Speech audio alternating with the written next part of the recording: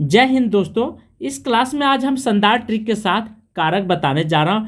केवल आप 2 मिनट पढ़िए, 2 मिनट में कारक समझिए कंप्लीट हो जाती है, मैं गारंटी के साथ लेता हूं। फर्स्ट में है कर्ता कारक। क्या है? कर्ता कारक। क्रिया को करने वाला कर्ता कहलाता है। ध्यान रखेंगे, कर्ता ने, यहाँ पे इसका विभक्ति कर्ता ने होता है और शून्य भी होता है। इस चीज को आपको ध्यान रखना है। तो मोहन ने मेरी बात मान ली, तो कर्ता कौन हो गया यहाँ पे? ठीक है, मोहन हो गया प्यारे दोस्तों। सेकंड है कर्म कारक। कर्म कारक मतलब होता है जिस शब्द पर क्रिया का प्रभाव या फल पड़ता है, जिस शब्द पर, ठीक है, उसे कर्म कारक कहते हैं। जैसे पुलिस ने चोर को पकड़ लिया, पुलिस ने किसको पकड़ा? ठीक है, यहाँ पकड़ने के काम किस पर हुआ? तो चोर पर हुआ। ध्यान रखेंगे, तो चोर जो है यह कर्म कारक हुआ, अर्थात पकड़ने का जो फल हुआ, असर हुआ, परिवर्तन हुआ, वह चोर पर पड़ा। थर्ड है करण कारक। जिस साधन की सहायता से क्या होता है? क्रिया को संपन्न किया जाता है, क्रिया की जाती है।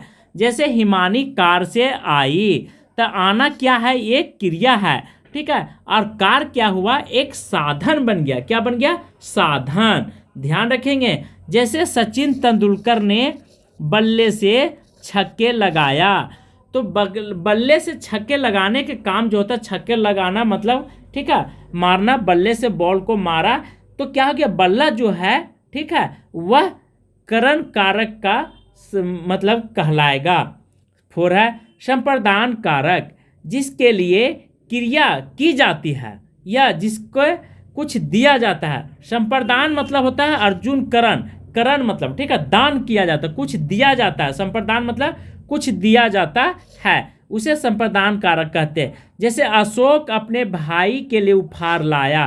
क्या लाया? अपने भाई के लिए उपहार लाया। तो भाई जो है यहाँ पे संप्रदान कारक हो जाएगा, क्योंकि उपहार लाना जो है यहाँ पे क्या हो गया? संप्रदान कारक ऐसी क्रिया हो जाता है। ध्यान रखेंगे, और भाई जो है इस तरह से। फाइव है अपादान कारक। जिस शब्द से क्या होता है?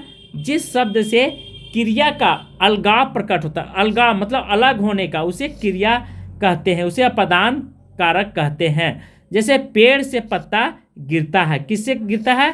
पेड़ से गिरता है, तो पेड़ से अलग होने का बात कर रहा है। ध्यान रखेंगे। सिक्स संबंध कारक। जो शब्द क्रिया से क्या होता है? भिन्न या संज्ञा सर्वनाम शब्दों के साथ प्रकट करता है, अर्थात संबंध बताता है संज्ञा से, सर्वनाम से। जैसे मोहन का भाई बीमार है, तो मोहन का भाई बीमार है, ठीक है, तो यहाँ पे संज्ञा क्या है? मोहन है, और सर्वनाम भी होगा आगे सेंटेंस में, ठीक है, ध्यान रखेंगे। तो संबंध, जो शब्द क्रिया से भिन्न संज्ञा या सर्वनाम शब्दों के साथ संबंध प्रकट करता है, तो मोहन जो है यह संबंध प्रकट कर रहा है। ध्यान रखेंगे।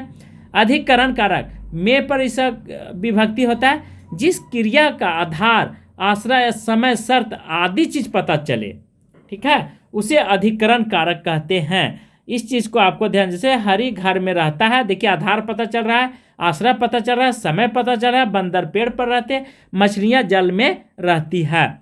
संबोधन कारक। जिस क्रिया से किसी कार्य को पुकारते हैं, ठीक है, जिस क्रिया में किसी को पुकारने की बात कहा जाएगा, वहां पे संबोधन कारक होगा। ध्यान रखेंगे। ए जी, ओ जी, जैसे आपके भाभी बोलते हैं कहाँ जा रहे हैं जी, क्या कर रहे हैं, या क्लास में बोलते हैं, तो वह संबोधन कारक ही होगा। संबोधन में ए जी, अरे, और यहाँ पे यह चिन्ह लगा हुआ रहेगा, हे भगवान मेरी रक्षा करो, हे भगवान वर्षा करो। यह तो कहते हैं ए जी कहाँ जा रहे हो, अरे कहाँ जा रहे, तो ये देखो लग गया सबसे पहले विषयामदी बोधक चिन्ह, तो इसे संबोधन कारक कहते हैं।